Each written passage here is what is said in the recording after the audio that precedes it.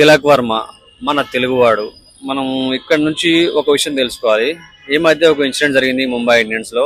And inside కూడా అంటే Mumbai Indians లో ఇన్సైడ్ కూడా ఒకరికొకరికి పడట్లేదు అని చెప్పి కూడా ఒక సమాచారం అయితే ఉంది. ఏది ఏమైనా మన తిలక్ వర్మ మాత్రం ముంబైకి చాలా చేశాడు. అంటే ముంబైలో వెళ్ళినప్పటి నుంచి కూడా తను షైన్ అయ్యాడు, మంచిగా ఆడాడు. ముంబైని కొన్ని కొన్ని కష్టకాలాల్లో కూడా ఆదుకున్నాడు. కొంచెం అవమానపరిచే విధంగా సరిగ్గా ఆడట్లేదు, బాల్స్ తింటున్నాడని చెప్పేసి డెడ్ హర్ట్ గా పక్కకు పంపించడం జరిగింది అనమాట పెవిలియన్ కి. అసలు అది ఎందుకు చేశారో తెలియదు.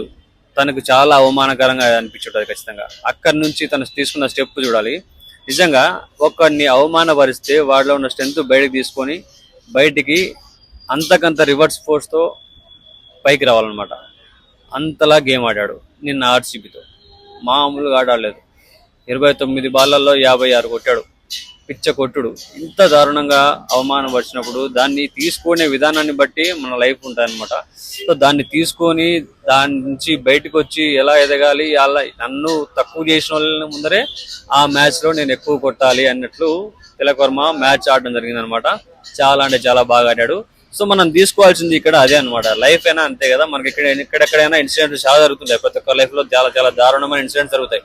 ఆ ఇన్సిడెంట్స్ నుంచి మనం ఏం తీసుకుందామన్న దాన్ని బట్టి ఏం తీసుకొని మనం నిలబడతాము, ఏం తీసుకొని మనం వెళ్ళిపోతాము అక్కడి నుంచి. సో మనం తీసుకున్న నిర్ణయాన్ని బట్టి ఉంటుంది అనమాట. మనం దాంట్లో నుంచి మంచిని తీసుకుంటే, దాంట్లో నుంచి మనకు ఎదగాలనే ఒక కసిని తీసుకొని ఎదగలిగితే బాగుంటుందని నా opinion. So hats off to Tilak Varma for the lesson. మీరేమంటారు?